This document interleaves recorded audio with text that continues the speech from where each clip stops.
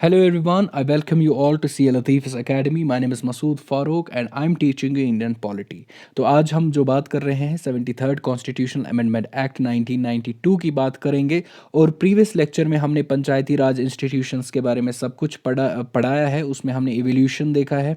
उसके बाद जो है कमिटीज़ कौन कौन सी आ गई, उनका फेलियर क्या रहा, उनमें सक्सेस क्या रही, उनकी रिकमेंडेशंस क्या रही है, जैसे बलवंत राय, अशोक मेहता और जितनी भी कमिटीज़ आई है उन्होंने क्या काम किया है, कैसे किया है, वो सब हमने ऑलरेडी प्रीवियस लेक्चर में डिस्कस किया है। और फिर फाइनली जो है नरसिम्हा राव गवर्नमेंट यानी कांग्रेस गवर्नमेंट, जब नरसिम्हा राव प्राइम मिनिस्टर थे, उन्होंने 1992 में एक बिल इंट्रोड्यूस की थी लोकसभा में, जो कि राज्यसभा में भी पास हुई थी। और 24 अप्रैल 1992 को एक बिल जो है वो पास हुई और उसको एक्ट की शेप आ गई, जिसको क्या बोलते हैं 73rd कॉन्स्टिट्यूशनल अमेंडमेंट एक्ट 1992। तो ये कैसे आ गया, इसके पीछे क्या हिस्ट्री है, ये सब कुछ हमने डिस्कस किया है। अगर आपने नहीं देखा है अभी तक तो आप प्लेलिस्ट में जाइए, CA लतीफ़ एकेडमी यूट्यूब चैनल पे। वहाँ पर आपको प्लेलिस्ट में JKPSI इंडियन पॉलिटी के नाम से एक प्लेलिस्ट मिलेगी, वहाँ पर आप वो देख लीजिए। तो आज हम बात करेंगे, अब तो ठीक है कॉन्स्टिट्यूशनल अमेंडमेंट एक्ट जो है वो तो इन्होंने लाया है, ठीक है, वो अब तो ये एक्ट बन गया है। आज हम देखेंगे कि वो एक्ट जो है उसमें क्या चीज़ें हैं, क्या क्या प्रोविजंस हैं, यानी किस तरीके से उन्होंने स्ट्रक्चर को डिफाइन किया है, क्या करना चाहिए पंचायती राज इंस्टीट्यूशंस को मतलब ऑपरेट या ऑर्गेनाइज करने के लिए, ठीक है। वो सारी चीज़ें हम आज इसमें देखेंगे कि क्या फ़र्क पड़ा है 73rd कॉन्स्टिट्यूशनल अमेंडमेंट एक्ट से। तो सबसे पहले मैं आपको बता दूं, ये जब कॉन्स्टिट्यूशनल अमेंडमेंट एक्ट आ गया है, इन्होंने क्या बोला है, इन्होंने बोला है कि हमें 3 टियर सिस्टम रखना है, ठीक है। 3 टियर सिस्टम रखना है। तो 3 टियर पंचायती राज सिस्टम क्या, मैंने पहले भी बताया था पिछले वीडियो में। इसमें जो है विलेज लेवल पर, इंटरमीडिएट लेवल पर और डिस्ट्रिक्ट लेवल पर जो बॉडीज़ उन्होंने बनाई थी, लास्ट कमिटीज़ ने भी बनाई, जितने भी कमिटीज़ आई थी, है ना। इसको 73rd कॉन्स्टिट्यूशनल अमेंडमेंट एक्ट आने से पहले जितनी भी कमिटीज़ आई थी, किसी ने 2 टियर बोले, किसी ने 3 टियर बोले, लेकिन सक्सेसफुली 3 टियर ही रहा है 73rd कॉन्स्टिट्यूशनल अमेंडमेंट एक्ट में। जिसमें हमारा जो सा ग्राम पंचायत है और ब्लॉक लेवल पर जो है पंचायत समिति है, और जो डिस्ट्रिक्ट लेवल पर है उसको क्या बोलते हैं, उसको बोलते हैं ज़िला परिषद, ठीक है, उसको बोलते हैं ज़िला परिषद। ओके, तो अब हम बात करते हैं इसकी कि एक्ट जो है, अच्छा देखिए, जब हम बात करते हैं इसके स्ट्रक्चर की, इसका 3 लेयर है, 3 टियर सिस्टम है, ठीक है। एक होता है विलेज लेवल, ये होता है डिस्ट्रिक्ट लेवल। यहाँ पर जो इंटरमीडिएट है ना, इसको कहीं कहीं मंडाल भी बोलते हैं, मंडाल पंचायत, कहीं जो है पंचायत समिति बोलते हैं, कई सारे नाम है। लेकिन इस एक्ट में क्या बोला गया है, बोला है कि ये मैंडेटरी नहीं है। कब, जब किसी भी स्टेट की पॉपुलेशन 20 लाख से कम होगी तो इंटरमीडिएट बॉडी जो है पंचायती राज इंस्टीट्यूशंस के, तब वो मैंडेटरी नहीं है। उसको हम फिर मतलब तब 2 टियर ही काफ़ी है, ठीक है। एक तो डिस्ट्रिक्ट लेवल पर यानी कि ज़िला परिषद, और दूसरी है गांव गांव गांव लेवल पर, यानी कि 2 ही हिस्से हो जाएंगे, ठीक है। जो विलेज लेवल पर क्या है, ग्राम पंचायत, और ज़िला परिषद जो है वो डिस्ट्रिक्ट लेवल पर है। तो ये चीज़ जो है इन्होंने पॉपुलेशन के वाइज दिया है कि फिर हमें इंटरमीडिएट बॉडी नहीं चाहिए। ओके, तो ये रही पहली जो कुछ पहले 2 पॉइंट्स थे। अब हम बात करेंगे इस एक्ट ने जो है, अच्छा तो बात करेंगे इसकी, जो मैंने आपको कल भी बोला था और आप यहाँ पे कंफ्यूज हुए होंगे। अच्छा, कल तो ये बोल रहे थे कि आर्टिकल 40 जो है वो बोलते हैं कि ये तो पहले से ही इंडियन कॉन्स्टिट्यूशन में है, और इसमें तो लिखा है कि state must empower and organize Panchayati Raj institutions. तो फिर आज ये कैसे ही, मतलब फिर इसको क्यों बोलते हैं कि इसको कॉन्स्टिट्यूशनलाइज, यानी कि इसको रिकॉग्निशन मिली है। हाँ बिल्कुल, ये जेन्युइन क्वेश्चन है आपका, अगर आप ऐसा सोच रहे होंगे।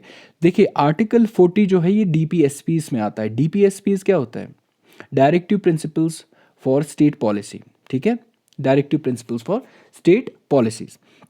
यानी इसमें जो है ये नॉन जस्टिशेबल होते हैं। इसमें आप क्लेम, इसमें सेंटर क्लेम नहीं कर सकता है कि आपने ऐसा नहीं किया है। स्टेट इसको डिनाई भी कर सकती है। इसमें जो है ये ओब्लिगेटरी नहीं बन जाते हैं। इसीलिए इसमें आप क्रिटिक्स कर सकते थे, इसमें आप क्रिटिसिज्म कर सकते थे, लेकिन उनको फोर्स नहीं कर सकते थे कि आपको ऐसा करना पड़ेगा। इसलिए तो लड़ाई थी, इसलिए तो ये सारी सारी चीज़ें हो गई हो। और फिर इसी चीज़ को प्रैक्टिकल शेप देने के लिए क्या बना, 73rd कॉन्स्टिट्यूशनल अमेंडमेंट एक्ट आ गया है, ठीक है। तो आर्टिकल 40 को प्रैक्टिकल शेप किसने दी, 73rd कॉन्स्टिट्यूशनल अमेंडमेंट एक्ट, ठीक। ओके, तो जो है जो 73rd amendment constitutional amendment act है, ये कौन से पार्ट में है? Part 9th of constitution of India. ठीक है, ये भी क्वेश्चन यहाँ पर एमसीक्यू बन सकता है। क्या बन सकता है कि कौन से पार्ट में 73rd अमेंडमेंट एक्ट है? तो आपको याद रखना है पार्ट 9 में कॉन्स्टिट्यूशन ऑफ इंडिया के जो है 73rd कॉन्स्टिट्यूशन अमेंडमेंट एक्ट जो है वो आप वहाँ पर वो आपको वहाँ पर वो मिलेगा। ओके, और फिर कौन सा 11th शेड्यूल ऐड किया गया है कॉन्स्टिट्यूशन ऑफ इंडिया में, किसके लिए? 73rd अमेंडमेंट एक्ट को डालने के लिए। ठीक है, ये कुछ फैक्चुअल क्वेश्चंस है, बहुत इंपॉर्टेंट क्वेश्चंस है। 11th शेड्यूल में है और पार्ट 9 में है। ठीक है, ओके, तो इसको अब देखिए, इसमें जो इन्होंने लाया है, इस चीज़ ने एक्चुअल में किया क्या है? ओके, एक्चुअली अजान हो रही थी तो वीडियो को रोकना पड़ा। ठीक है, तो इससे फ़र्क क्या पड़ा? यानी कि 73rd अमेंडमेंट एक्ट जब आ गया है तो इससे फ़र्क क्या पड़ा? हाँ, फ़र्क ज़रूर पड़ा है, इसीलिए तो अमेंडमेंट एक्ट लाया गया, है ना? तभी तो इसको इतना इतना इतनी मेहनत करनी पड़ी इस एक्ट को लाने के लिए, बहुत सारी सरकार आ गई, बहुत सारी कमिटीज़ बनी, तो फ़र्क तो पड़ना है। अब फ़र्क क्या पड़ी? देखिए, जब इसको कॉन्स्टिट्यूशनली रिकॉग्नाइज़ किया गया है, तो ये अब कॉन्स्टिट्यूशन में ऐड हुआ है, तो इसके बाद जो है स्टेट्स पर एक कॉन्स्टिट्यूशनल ऑब्लिगेशन आ जाता है, यानी कि उनके लिए कंपलसरी बन जाता है to adopt the new panchayat system. ठीक है, अब उनको करना ही करना पड़ेगा। Now there is no option, they have to. अब स्टेट्स को करना ही पड़ेगा, क्या उनको अडॉप्ट करना पड़ेगा जो भी पंचायत राज सिस्टम है जो कॉन्स्टिट्यूशन ने डिफाइन किया है, अब उनको उसके तहत चलना पड़ेगा। जितने भी इस एक्ट में प्रोविजंस है उनको फॉलो करना पड़ेगा। ठीक है, तो यही फ़र्क पड़ी है।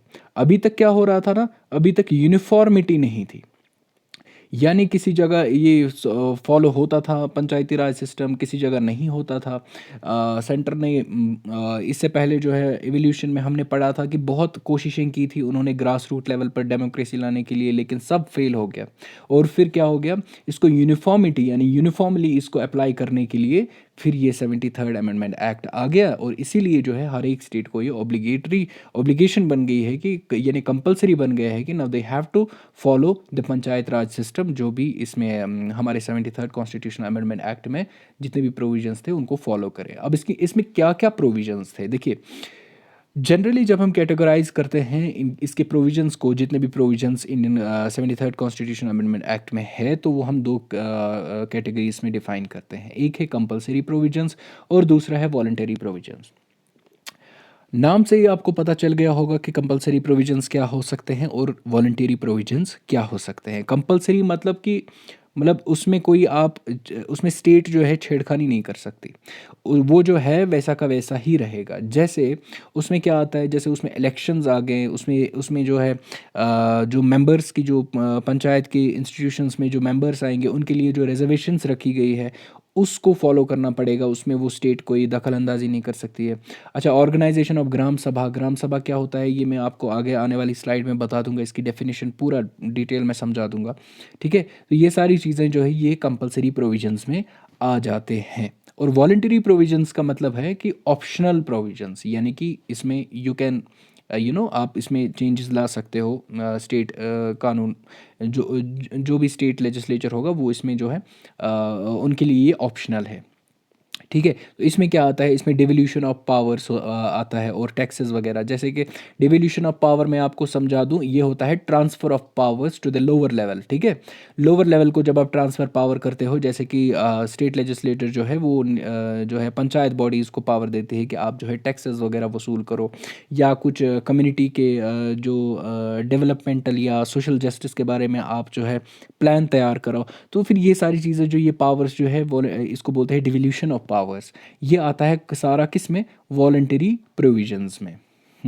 ठीक है, ये हालांकि ये जो वॉलंटरी प्रोविजंस हैं ये स्टेट ही डिफाइन करती है फिर आगे क्या करना होगा। वो कर भी सकते हैं, नहीं भी कर सकते, ये स्टेट और इसके बीच में होता है, पंचायत के बीच में। ठीक है, और ये जो होता है कंपलसरी प्रोविजंस, ये ऑल ओवर हर एक स्टेट के लिए सेम रहेंगे। ओके, आपको यहाँ पर इम्पॉर्टेंट चीज़ मैं मज़े की बताऊँगा कि जो हमने कॉन्स्टिट्यूशनल अमेंडमेंट एक्ट यानी 73rd कॉन्स्टिट्यूशनल अमेंडमेंट एक्ट जो लाया है वो कुछ स्टेट्स पर नहीं फॉलो होता है, जैसे नागालैंड, मेघालय एंड मिज़ोरम। ठीक है, ये कुछ स्टेट्स ऐसी है जिन पे ये कॉन्स्टिट्यूशनल जो है amendment act for law applicable नहीं है। क्यों नहीं है एप्लीकेबल? क्योंकि हमारे कॉन्स्टिट्यूशन में जो है आर्टिकल 244 है, वो डिफाइन करता है ट्राइबल एंड शेड्यूल्ड एरियाज़। और जो ट्राइबल एंड शेड्यूल्ड एरियाज़ है उनमें ये आर्टिकल जो है, ये 73rd अमेंडमेंट एक्ट जो है एप्लीकेबल नहीं है। तो वो हम आगे देखेंगे कि क्यों नहीं है और उसके क्लाजेस क्या है। ठीक है, तो अब इसमें जितने भी प्रोविजंस है, ठीक है, अब किसी ना किसी को तो पावर होगा ना कि उसमें कुछ एक्सेप्शंस डाले या कुछ मॉडिफिकेशंस करें या क्या करें। वो पावर किसके पास है? सिर्फ प्रेसिडेंट ही कर सकता है। President of India may direct that the provisions of this act shall apply to any union territory subject to such exceptions and modification. देखिए, किसी भी यूनियन टेरिटरी यूटी पे जब एप्लीकेबल होता है ये लॉ, तो उसमें क्या मॉडिफिकेशंस आ जाएंगी, है ना, उसमें क्या एक्सेप्शंस रहेंगी, ये सब कुछ डिफाइन करता है कौन? President of India. और फिर उसके बाद सीधे आता है एडमिनिस्ट्रेटर ऑफ यूनियन टेरिटरी, जब यूनियन टेरिटरी की बात करें। इसके लिए एक अलग सा आर्टिकल है, वो हम आगे आने वाले स्लाइड्स में डिफाइन करेंगे कि किस तरीके से जो प्रेसिडेंट है वो जो है ऑर्डर करता है किसको? एडमिनिस्ट्रेटर, यानी जिसको लेफ्टिनेंट गवर्नर बोलते हैं। और फिर वो जो है इम्प्लीमेंट करता है जो रूल्स या मॉडिफिकेशंस वगैरह इस 73rd अमेंडमेंट एक्ट में आ जाती है, तो वो फिर एप्लीकेबल हो जाती है यूटी पे। सब कुछ पढ़ेंगे, सब कुछ पढ़ेंगे। ओके, तो यहाँ पर हम देखेंगे जो प्रोविज़न है, प्रोविज़न ऑफ दिस एक्ट। ठीक है, इस एक्ट के क्या क्या प्रोविजंस हैं आप ध्यान रखना। 243 से लेकर के 243 ओ तक जितने भी आर्टिकल्स हैं वो डील करते हैं, वो उसमें क्या डिफाइन किया गया है? उसमें किया गया है define provisions of the act. कौन सा act? 73rd constitutional amendment act. ठीक, कहाँ से कहाँ तक? 243 से लेकर के 243 ओ तक। ठीक है, ABCDEFGH ओ तक। ठीक, अब हम देखेंगे वन बाय वन ये आर्टिकल जो है। देखिए, यहाँ से आप बोर नहीं होना, अभी तक तो ठीक है चल रहा था, लेकिन यहाँ से आपको सिर्फ ये चीज़ ध्यान में रखना है कि जैसे मैंने यहाँ पर बताया है 243A, आर्टिकल 243A जो है वो डील करता है किसके साथ? ग्राम सभा के साथ। आप ये याद रखो। और सप्लीमेंट के लिए आप इतना याद रखो कि ग्राम सभा होता क्या है। देखिए भैया, आप तो कुछ याद रख रहे हो, लेकिन आपको तो ज़रूर याद रखना है ना कि मैं जो पढ़ रहा हूँ पढ़ क्या रहा हूँ। तो इस वजह से थोड़ा सा डेफिनेशन में शॉर्ट ब्रीफली जाऊंगा, ज़्यादा नहीं आपको बोर करूंगा। तो ग्राम सभा जो है वो डिफाइन किया गया है आर्टिकल 243A में। अब जो ग्राम सभा है वो क्या है? देखिए, इसको कहते हैं foundation of Panchayati Raj institution system. जैसे इसमें क्या होता है? इसमें लोग होते हैं। कौन से लोग? जो किसी एरिया के, किसी गांव के लोग होते हैं। सिर्फ वही लोग जिनको वोटर आईडी, यानी जो वो जो इलेक्टोरल रोल्स में होंगे, यानी जो जो कौन वोट देने का हक रखते हो। ठीक है, जो आई मीन टू से मच्योर हो, यानी जिनके पास इलेक्शन कार्ड हो। ठीक है, वो जो है मेंबर होते हैं किसके? ग्राम सभा के। यानी कि लोग सीधे डिसाइड करते हैं, वो सीधे डिसाइड करते हैं कि आगे हमें डेवलपमेंट के लिए क्या करना चाहिए गांव में। हाँ, गांव में ये होना चाहिए। ठीक है, वो होती है ग्राम सभा, जब गांव वाले खुद बोलते हैं कि हमें ऐसा करना है। और फिर वही बात जो है पंचायत लेवल पर जाती है, तो फिर उस पर काम वगैरह होता है, तो उसको बोलते हैं ग्राम सभा। यानी कि ये लोग होते हैं जो रजिस्टर्ड होते हैं इलेक्टोरल रोल्स में। सॉरी। तो अब बात करते हैं आर्टिकल 243B। आर्टिकल 243B जो है ये डिफाइन करता है कॉन्स्टिट्यूशन ऑफ पंचायत। अब कॉन्स्टिट्यूशन ऑफ पंचायत क्या बोलता है भैया? देखिए, आर्टिकल 243B बोलता है कि हर एक स्टेट में आपको पंचायती राज इंस्टीट्यूशंस बनाने लाजमी है। अब उसमें क्या एक्सेप्शंस है? जो आपने वो मिज़ोरम, मेघालय, नागालैंड पढ़ा है, वो उसको आप साइड में फ़िलहाल रख लीजिए, वो तो एक्सेप्शनल केसेस हैं। लेकिन इसमें बताया गया है कि कॉन्स्टिट्यूशन ऑफ पंचायत ज़रूरी है हर एक स्टेट में। हाँ, अब सोच रहे होंगे कि आपको यहाँ से क्वेश्चन कैसे बनेंगे। देखिए, सिंपल सा है। आपको क्वेश्चन वहाँ पर आ सकता है कि which article deals with the gram sabha. ठीक है, ग्राम सभा से कौन सा आर्टिकल डील करता है, which article of the Indian constitution deals with gram sabha. तो वहाँ पर और ऑप्शंस आपके पास होंगे, आर्टिकल 243 ए बी सी, इसी तरह। तो आपको पता ही है सबसे पहले क्या है, ग्राम सभा। तो आर्टिकल 243 जो है ग्राम सभा से डील करता है। इसी तरीके से कॉन्स्टिट्यूशन ऑफ पंचायत किससे डील करता है, आर्टिकल 243 बी से। अगर अगर आप बात करोगे सिर्फ और सिर्फ आर्टिकल 243 की, तो इसमें सिर्फ डेफिनेशंस दी गई है कि पंचायत राज क्या है, विलेज की डेफिनेशन है, और ये सब चीज़ें ये सबको पता होता है, इसलिए मैंने 243 ए से डायरेक्ट स्टार्ट किया। तो आर्टिकल 243 सी जो है वो किसके साथ डील करता है, इलेक्शंस ऑफ मेंबर्स। हाँ ठीक है, अब हमने इतना सारा तो पढ़ा है, अब इसके लिए तो हमें जो पंच सरपंच है उसका इलेक्शन कैसे होता है ये भी तो ज़रूरी है ना। जैसे अब हाल ही में हमारा यहाँ पे हुआ, देखिए इलेक्शन होते होते हैं किसी भी स्टेट में, जैसे पंच सरपंच के, तो वो डायरेक्ट इलेक्शंस होते हैं, जहाँ पर लोग, जैसे ये मैंने ऑलरेडी पिछले लेक्चर में बता दिया है। जो पंचायती राज इंस्टीट्यूशंस का पहला लेक्चर है, वहाँ पर मैंने बताया है difference between direct and indirect elections. ठीक है, चलो यहाँ पर भी बता देता हूँ। ठीक है, तो डायरेक्ट इलेक्शन वो होता है जब लोग खुद जाते हैं वोट करने किसको, किसी मेंबर को, और फिर उसको चुनते हैं, चाहे पंच सरपंच क्या चुनते हैं, वो जो है खुद चुनते हैं, यानी खुद जाते हैं इलेक्टोरल पोल्स पे और खुद वोट करते हैं उस बंदे को। जब लोग जाते हैं, ठीक है, लोग इलेक्ट करते हैं किसी मेंबर को खुद जाके, उसको डायरेक्ट इलेक्शन बोलते हैं। और इनडायरेक्ट इलेक्शन क्या होता है, जब भी कोई चेयरपर्सन उनको चुनना होता है तो उसके लिए आपको यानी लोगों को वोट डालने की ज़रूरत नहीं होती है। लोगों ने जो इलेक्ट किए हैं लोग, वो फिर खुद इलेक्ट करते हैं किसी चेयरपर्सन को, उसको बोलते हैं इनडायरेक्ट इलेक्शन। इनडायरेक्ट इलेक्शन समझे नहीं।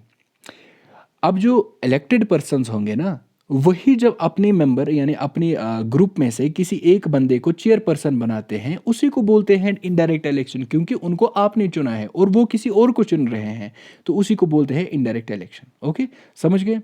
ओके, अब देखिए आर्टिकल 243, हाँ ये याद रखना कौन सा आर्टिकल डील करता है इसके साथ, इलेक्शंस के साथ, आर्टिकल 243 सी। ठीक है, ठीक है, 243 सी डील करता है with panchayat elections. Okay, panchayat जो मेंबर्स होते हैं और इसके चेयरपर्सन्स होते हैं।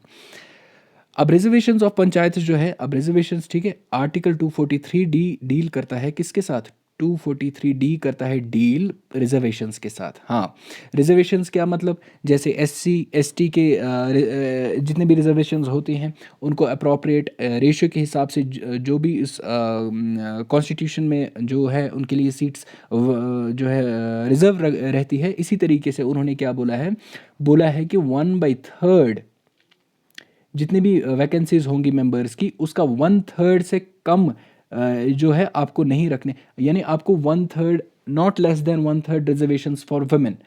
वुमेन्स के लिए यानी औरतों के लिए आपको 1/3 रिजर्वेशन रखनी है। किसके लिए, हर एक तीनों टायर्स में, जैसे चाहे वो पंचायत ये जो हो ग्राम पंचायत हो, चाहे वो ब्लॉक लेवल पर हो यानी पंचायत समिति, चाहे वो ज़िला परिषद हो, तीनों टेयर्स में आपको जो है औरतों के लिए रिजर्वेशन रखनी पड़ेगी। और कितनी रिजर्वेशन रखनी पड़ेगी, 1/3 जितनी कैपेसिटी होगी उससे कम नहीं रखनी चाहिए। इससे अगर ज़्यादा होगा तो चलेगा, लेकिन इससे कम जो है आपको नहीं, आप नहीं रख सकते हो। आपको 1/3 जितनी भी वैकेंसी बनती है उन वैकेंसीज पर और कोई नहीं जा सकता एक्सेप्ट वुमेन्स, यानी मैन नहीं जा सकते हैं उसमें। ठीक है, उन वैकेंसीज में जो कि रिजर्व कर दी गई है किन के लिए, औरतों के लिए 1/3। तो ये इस एक्ट में जो है डिफाइन है। कौन से आर्टिकल के under, article 243 D, article 243 D deal करता है किसके साथ, रिजर्वेशंस के साथ, रिजर्वेशंस ऑफ पंचायत के साथ। तो इसी तरीके से आप बात करते हैं आर्टिकल 243 ई। हाँ, अब यहाँ पर देख लीजिए आर्टिकल 243 ई जो है वो ड्यूरेशन ऑफ पंचायत, और ड्यूरेशन ऑफ पंचायत कितनी होती है, 5 साल होती है। आप ऐसे याद रख लीजिए 243 ई, A B C D E, यानी 1 2 3 3 4 5, 5 पे ई आता है, यानी कि आर्टिकल 243 जो है 5 साल के साथ डील करता है। अब 5 साल क्या होता है, ड्यूरेशन ऑफ पंचायत होता है। ठीक है, ड्यूरेशन ऑफ पंचायत कितना होता है, 5 साल होता है। यहाँ एक इंपॉर्टेंट पॉइंट मुझे याद आ गया। हाँ, अगर कोई पंचायत बॉडी डिसॉल्व होती है, यानी कि देखिए पावर किसके पास होता है डिसोल्यूशन का, स्टेट के पास होता है पंचायत को डिसॉल्व करने का पावर। अब किसी भी रीज़न से स्टेट गवर्नमेंट ने, स्टेट लेजिस्लेचर ने एक जो है पंचायत को डिसॉल्व किया है, ठीक है, यानी उसको अब वो पावर में नहीं है वो पंचायत की बॉडी। अब उसको जो है आपको विद इन 6 मंथ जो है आपको फ्रेश इलेक्शंस करने पड़ेंगे। क्या करने पड़ेंगे? Fresh elections. जब भी कोई पार्टी जो है इसमें पंचायत में डिसॉल्व होती है, तो उसको आपको विद इन 6 मंथ्स आपको फ्रेश इलेक्शंस करने पड़ेंगे। मतलब देयर इज़ अ रूल, इसमें आपकी मनमानी नहीं चलेंगी। विद इन 6 मंथ जो है आपको ज़रूरी इलेक्शन करना पड़ेगा। और उसके बाद जो है बाकी जो रिमेनिंग पीरियड रहता है, पिछले जो भी पंचायत बॉडी चला रहे थे, उनका जो रिमेनिंग पीरियड है वो नई पार्टी करेगी। जो भी अब इलेक्टेड पार्टी होगी वो चलाएंगे, ठीक है। इसमें कन्फ्यूजन नहीं होना। जैसे 5 साल के लिए टेन्योर है, ठीक है। एक पार्टी जो है उन्होंने 3 साल के लिए जो है मतलब मान लो रूल में थे वो, ठीक है, फिलहाल के लिए। तो वो काम कर रहे थे पंचायती इलेक्शंस जो भी चुने हुए थे वो उन्होंने 3 साल के लिए काम किया है, ठीक है। अब बचे कितने? 2 साल और 3 महीने की गैप रह गई है।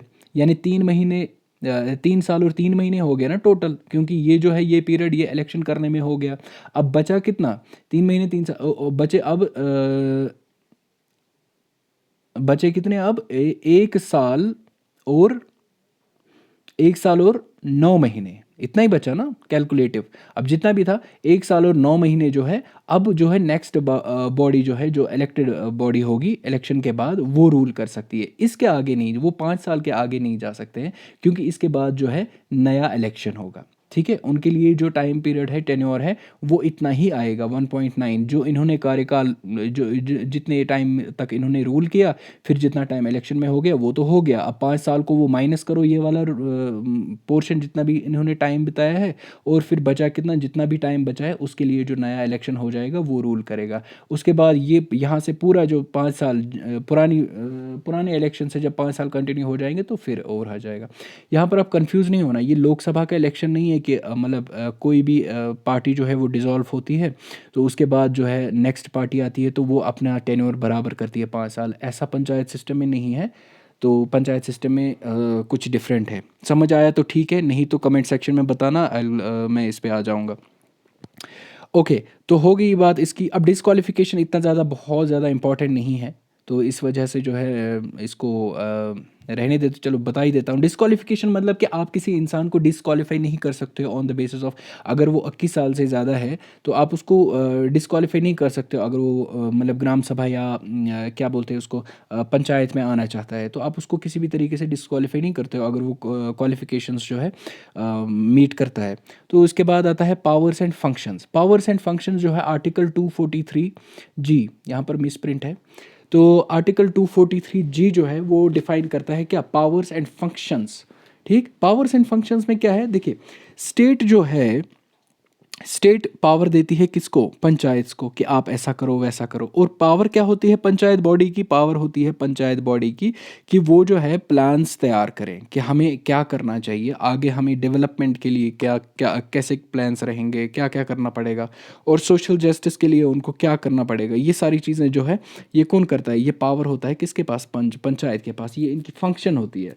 और इम्प्लीमेंटेशन, जितनी भी सेंट्रली स्पॉन्सर्ड स्कीम्स आ जाती है उसको इम्प्लीमेंट कैसे करना है, मतलब उस पर्टिकुलर एरिया में, उस पर्टिकुलर विलेज में, तो वो सारा चीज़ जो है पंचायत देख लेता है। अलग अलग बॉडीज़ होती है, अलग अलग अथॉरिटीज़ होती है। जैसे ज़िला परिषद को अपनी अथॉरिटी होती है, ठीक है। और जो है ब्लॉक लेवल पर जो भी पंचायत समिति होती है उनका अलग एक पावर होता है। और जो ग्राम पंचायत होता है उनका अलग अपना पावर होता है। तो इसी तरीके से जो है इनके इनके पास पावर्स एंड फंक्शंस जो है एक डिफाइंड तरीके से इस एक्ट में लाए गए हैं। और वो पावर्स एंड एक्ट्स, ध्यान रहे क्वेश्चन, 243 जी कौन से 243 जी जो है कौन से इसके साथ डील करता है, कौन से स्टेटमेंट के साथ डील करता है? तो वहाँ से स्टेटमेंट्स देंगे। Reservation of panchayat, duration of panchayat, powers and functions. तो ध्यान रहे जी जो है 243 जी वो किससे डील करता है? पावर्स एंड फंक्शंस, ठीक है। ध्यान रहे। देखिए, इससे क्वेश्चंस बनाओ भैया। मैं तो बोलता हूँ फ्लो में, हो सकता है मैं आगे जाऊँ, लेकिन आप इमेजिन करो कि इससे जो भी मैं बोलता हूँ इससे क्वेश्चन कैसे बन सकता है। हमें थ्योरी लिख के नहीं आना है, हमें क्वेश्चंस बताने हैं, हमें क्वेश्चंस बनाने हैं अपने दिमाग में, ठीक। तो अब आते हैं, बात करते हैं 243 एच पे। आर्टिकल 243H किसके साथ डील करता है? Financial provisions. अब फाइनेंशियल प्रोविजंस क्या है? देखिए, स्टेट लेजिस्लेचर जो है वो ऑथराइज करती है पंचायती राज इंस्टीट्यूशंस को कि क्या, कि आप जो है किस तरीके से ड्यूटीज़ टैक्सेस मतलब इन अप्रोप्रिएट वे किस तरीके से आप लोगों से कलेक्ट कर सकते हो। ये कौन ऑथराइजेशन कौन देता है पंचायती राज इंस्टीट्यूशंस को? State government, state legislature. क्या स्टेट लेजिस्लेचर जो है वो ऑथराइज करती है किनको? पंचायती राज इंस्टीट्यूशंस को, आप किस तरीके से टैक्सेस लेवीज ड्यूटीज़ वगैरह कलेक्ट करोगे। ओके, ठीक है। और फाइनेंशियल प्रोविजंस में ये भी मेंशन किया गया है कि किस तरीके से स्टेट गवर्नमेंट जो है पंचायत बॉडीज़ को फंड्स प्रोवाइड करेगा, फंड्स ग्रांट करेगा, और वो अपनी रिक्वायरमेंट जो है फुलफ़िल करे, डेवलपमेंटल या कोई भी रिक्वायरमेंट होगी उनकी, वो फुलफ़िल कैसे करे, वो फाइनेंशियल प्रोविजन में सब कुछ डिफाइन किया गया है। वो आर्टिकल 243H में आता है। क्या? हाँ, बताइए।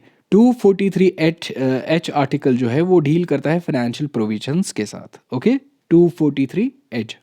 ओके, अब बात करते हैं स्टेट फाइनेंस कमीशन की। देखिए, आर्टिकल 243I, आर्टिकल 243I जो है वो डील करता है किसके साथ? स्टेट फाइनेंस कमीशन के साथ। हर 5 साल के बाद जो है गवर्नर स्टेट का, किसी भी स्टेट का गवर्नर, वो क्या करता है? वो कमिटी बनाता है, ठीक है। एक कमीशन कॉन्स्टिट्यूट करता है जो क्या करते हैं? जो फाइनेंशियल पोजीशन देखते हैं पंचायत्स की, कि फाइनेंशियल पोजीशन कैसी है पंचायत बॉडीज़ की, वो कौन डिफाइन करता है? State finance commission. और जो कौन बनाता है आफ्टर 5 ईयर्स? गवर्नर बनाता है, ठीक। ओके, तो जैसे क्वेश्चन बनता है, आर्टिकल 243I किसके साथ डील करता है? स्टेट फाइनेंस कमीशन के साथ। अब आपको स्टेट फाइनेंस कमीशन पता है क्या कौन करता है? वो गवर्नर बनाता है, कॉन्स्टिट्यूट करता है गवर्नर, और उनका काम क्या होता है? फाइनेंशियल पोजीशन चेक करने के लिए पंचायत बॉडीज़ के लिए, ठीक है। ओके, अब इसके बाद जो है, अब देखिए, स्टेट गवर्नमेंट जो है उनको फंड्स देते हैं पंचायती राज इंस्टीट्यूशंस को, या उनको सेंट्रल जो है सरकार की तरफ से जो भी पैसा आता है उसका तो ऑडिट होना है ना, देखना है ना सरकार को कि कितना हमने दिया है और किस तरीके से वो यूटिलाइज हुआ है। जितना फंड हमने दिया है पंचायती राज PRIs को, वो यूटिलाइज हुआ भी है उस तरीके से जिस तरीके से होना चाहिए या नहीं। तो उस हिसाब को उनको ऑडिट करना बहुत ज़रूरी होता है। तो ऑडिट करने के लिए उनका जो प्रोविज़न है वो कौन से आर्टिकल में डिफाइन किया गया है? Article 243J। आर्टिकल 243J क्या डिफाइन करता है? Audit of accounts of the panchayat. ध्यान रखें भाई, ध्यान रखें। ये इसमें आप बोर मत हो जाओ, हर एक क्वेश्चन को आप याद रखो। देखिए, इसके सिंपल सिंपल से ऑब्जेक्टिव्स बनते हैं ना, वहाँ पर आपको स्टेटमेंट बेस्ड भी क्वेश्चन आ सकता है। Audit of the accounts of the panchayat किसके साथ डील करता है? आर्टिकल 243J के साथ। या वहाँ से आर्टिकल दिया गया होगा, या आर्टिकल 243K जो है वो किसके साथ डील करता है? वो जी करता है डील स्टेट इलेक्शन कमीशन के साथ, ठीक है। ओके, तो स्टेट इलेक्शन कमीशन होता क्या है, इसकी डेफिनेशन में अगर बता दूं, स्टेट इलेक्शन कमीशन जो है ये जो है गवर्नर अपॉइंट करता है, ठीक है। गवर्नर अपॉइंट करता है, और इसका जो हेड होता है वो कौन होता है? वो होता है state election commissioner. State election commissioner, उसको कौन अपॉइंट करता है? गवर्नर ही उसको अपॉइंट करता है। और कितने टाइम के लिए कमिश्नर को वो रखेंगे, उसका टेन्योर जो है डिफाइन कौन करेगा? वो सब कुछ जो है गवर्नर ही करता है, उन्हीं के पास पावर होता है स्टेट कमिश्नर को, स्टेट इलेक्शन कमिश्नर को अपॉइंट वगैरह, उनके टेन्योर वगैरह डिफाइन करने का, ठीक है। और इनके पास क्या पावर्स होते हैं? स्टेट इलेक्शन कमीशन के पास क्या पावर्स होते हैं? देखिए, इलेक्शन के बारे में जो भी होगा, यानी जो भी मसला इलेक्शन के बारे में होगा, वो कौन देखेगा? वो स्टेट इलेक्शन कमीशन ही देखेगा, चाहे कोई सा भी मसला हो। ध्यान रखें, क्योंकि इसके बाद जो है इलेक्शन आर्टिकल 243O जो है लास्ट वाला आर्टिकल, वो भी यही कहता है, वो बार डालता है, मतलब वो कोर्ट को भी रोकता है इस चीज़ को कि आप दखल अंदाजी मत करो, ये सब कुछ जो है स्टेट इलेक्शन कमीशन तक ही होता है। तो इसीलिए जो है स्टेट इलेक्शन कमीशन के पास ये पावर होता है कि वो जो है सारी फंक्शंस कंट्रोल करे, सुपरिटेंडेंट करे, डायरेक्शंस दें कि किस तरीके से आपको इलेक्शंस करने हैं। कौन करता है? State election commission. और कौन से आर्टिकल में आता है? आर्टिकल 243K, ठीक है। तो ये बहुत इंपॉर्टेंट है। ओके, अब एप्लीकेशन टू यूनियन टेरिटरीज, ये 73rd कॉन्स्टिट्यूशनल अमेंडमेंट एक्ट जो है ये एप्लीकेबल किस तरीके से रहेगा? किन को? यूनियन टेरिटरीज पे। वो कौन डिफाइन करता है? देखिए, मैंने आपको पहले ही बोला था ना, प्रेसिडेंट। अगरचे कोई भी एक्सेप्शंस या मॉडिफिकेशंस इन प्रोविजंस में लाएगा कोई तो वो सिर्फ प्रेसिडेंट है। लेकिन लेकिन लेकिन लेकिन यूनियन टेरिटरी में कौन हेड होता है? हमारे हमारे यूनियन टेरिटरी में कौन अभी हेड है? Lieutenant governor. ठीक है, लेफ्टिनेंट गवर्नर है ना, तो उसको क्या बोलते हैं? उसको एडमिनिस्ट्रेटर बोलते हैं। एडमिनिस्ट्रेटर बोलते हैं। तो एडमिनिस्ट्रेटर जो भी इम्प्लीमेंटेशन करेगा किसी भी यूनियन टेरिटरी में ऑन जब वो इम्प्लीमेंट करेंगे 73rd कॉन्स्टिट्यूशन अमेंडमेंट एक्ट, तो वो क्या करेंगे? डायरेक्शंस लेंगे वो कहाँ से? प्रेसिडेंट से। पहले वो मॉडिफाई करेंगे कि फ़लानी यूनियन टेरिटरी में ऐसे मॉडिफिकेशंस है, ऐसे एक्सेप्शंस है, और उसके बाद जो है वो एडमिनिस्ट्रेटर के पास आएगा, और फिर इम्प्लीमेंट कौन करेगा? जो लेफ्टिनेंट गवर्नर यानी कि एडमिनिस्ट्रेटर जो होगा यूनियन टेरिटरी का, वही फिर इम्प्लीमेंट करेगा। तो ये सारी चीज़ें जो है कौन से आर्टिकल में डिफाइन की गई है? Article number 243L। ठीक है, आर्टिकल 243L क्या होता है? एप्लीकेशन टू यूनियन टेरिटरीज, किस तरीके से ये एप्लीकेबल होगा। अब यहाँ पर देख लीजिए, जो मैंने आपको पहले बताया था, मेघालय वगैरह जितने भी वो 3 स्टेट्स है, उनमें एप्लीकेबल क्यों नहीं है ये? उसके लिए भी प्रॉपर डेफिनेशन है। अब हवा में तो कोई बात कॉन्स्टिट्यूशन में चलती नहीं है, यहाँ पर एक छोटी छोटी सी भी बात लिखनी पड़ती है भैया। तो इधर देखो, जो आर्टिकल 243M जो है, ठीक है, आर्टिकल 243M क्या बोलता है? वो डिफाइन करता है part not apply to certain areas. कुछ एरियाज में ये जो है एप्लीकेबल नहीं होगा। कैसे? कौन एरियाज में होगा? जैसे शेड्यूल्ड एरियाज हो गए, ठीक है, और क्या? जैसे ट्राइबल एरियाज हो गए। ये शेड्यूल्ड एरियाज़ और ट्राइबल एरियाज़ क्या है जनाब, हमें बता दीजिए। हाँ बिल्कुल, शेड्यूल्ड एरियाज़ और ट्राइबल एरियाज़ जो है हमारे इंडियन कॉन्स्टिट्यूशन के आर्टिकल 244 में मेंशन किए गए हैं, जिसमें आर्टिकल 244 का जो क्लास फर्स्ट है वो डिफाइन करता है शेड्यूल्ड एरियाज़, और आर्टिकल 244 का जो क्लास 2 है वो डिफाइन करता है किसका? ट्राइबल एरियाज़ का। ठीक है, ट्राइबल एरियाज़ का। तो ये रही हमारी डेफिनेशंस ट्राइबल और शेड्यूल्ड एरियाज़ की। और वो 3 स्टेट्स जो मैंने पहले बोली थी वो किसके अंडर आती है? वो शेड्यूल्ड एरियाज़ के आती है, under the article of 244 sub clause first. Okay, so now coming to the next article which is article 243N। 243N क्या बोलता है? 243N जो है वो continuances existing laws and panchayats. देखिए, इसमें इसमें ये बोलता है कि जितना भी उन्होंने बहुत सारी जगहों पर आपको ये वाला जो आर्टिकल है नहीं मिलेगा, क्योंकि इसमें ऑब्वियस चीज़ें हैं। जैसे उन्होंने क्या बोला है कि जितने भी रूल्स थे, जितने भी लॉज थे इससे पहले पंचायत के लिए, किससे पहले? 73rd अमेंडमेंट एक्ट से पहले पहले जितने भी थे और जो अगेंस्ट थे पंचायत के, वो ख़त्म हो गए हैं। और आगे आने वाले जितने भी रूल्स एंड लॉज जितने भी इसके होंगे, अगर वो स्टेट को लगता है कि कभी उनको चेंज करना पड़ेगा, तो प्रॉपर प्रोसीजर से जो है प्रेसिडेंशियल जो मतलब प्रेसिडेंशियल ऑर्डर से ही सब कुछ होता है ऑब्वियसली। तो फिर इसको फिर चेंज हम कर सकते हैं। ये this is not so much important कि या इससे कुछ याद तो रखना है ऑब्वियसली, क्योंकि क्वेश्चन ये भी आ सकता है 243N किसके साथ डील करता है। तो आपको याद रखना है कॉन्टिन्यूंसेस एग्जिस्टिंग लॉज एंड पंचायत, याद तो रखना है। लेकिन बहुत ज़्यादा इंपॉर्टेंट नहीं है इसकी थ्योरी कि आप वो याद रखें कि अब इससे कोई MCQ बने, इससे कोई MCQ बन नहीं सकता।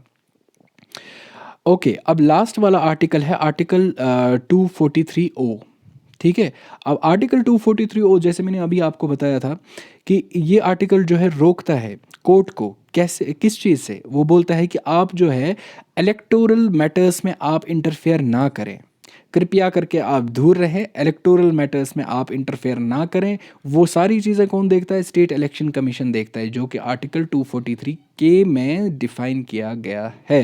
तो ये सारी चीज़ें जो थे, ये 73rd अमेंडमेंट एक्ट 1992 के बारे में ही मैंने आपको बोला था। देखिए, अब कैसे आया, क्या आया, वो तो हमने पिछले देख लिया, लेकिन क्या क्या इन्होंने लाया, इस अमेंडमेंट में क्या क्या चीज़ें थी, वो सब आपको बहुत ज़रूरी देखना है, क्योंकि अब क्वेश्चन तो वहीं से बनेंगे ना। तो इसीलिए मैंने आपको ये सारे आर्टिकल्स जो है डिटेल्ड पढ़ाए हैं। आपको किसी भी यूट्यूब चैनल में रेयरली मिलेंगे ये सारी डिटेल में, क्योंकि ऑब्वियसली स्टूडेंट भी बोर हो जाता है और टीचर को भी अच्छा नहीं लगता कि वो बार बार बोले article 243A BCDEF up to O। लेकिन मैंने आपको बोल दिया क्योंकि कहीं से भी क्वेश्चन आ सकता है। JKSSB has changed its colors. Now you have also to change your colors. So I'll meet you in the next lecture इंशाल्लाह. आज का 70 आज का लेक्चर कंप्लीट यहीं पे होता है. तो इसके बाद आता है पेसा एक्ट, जिसको अगर अगर मुझे लगा कि वो इम्पॉर्टेंट है इस पर्सपेक्टिव से तो ज़रूर आप तक वो पहुंचाऊंगा, लेकिन मुझे नहीं लगता. तो फिर भी 74th अमेंडमेंट में आपके लिए कल लाऊंगा. और साथ ही साथ में क्योंकि आपके पास अभी टाइम भी बहुत कम है, so we have to be very fast. तो ठीक है, मिलते हैं अगले लेक्चर में. Thank you so much. खुदा हाफिज़.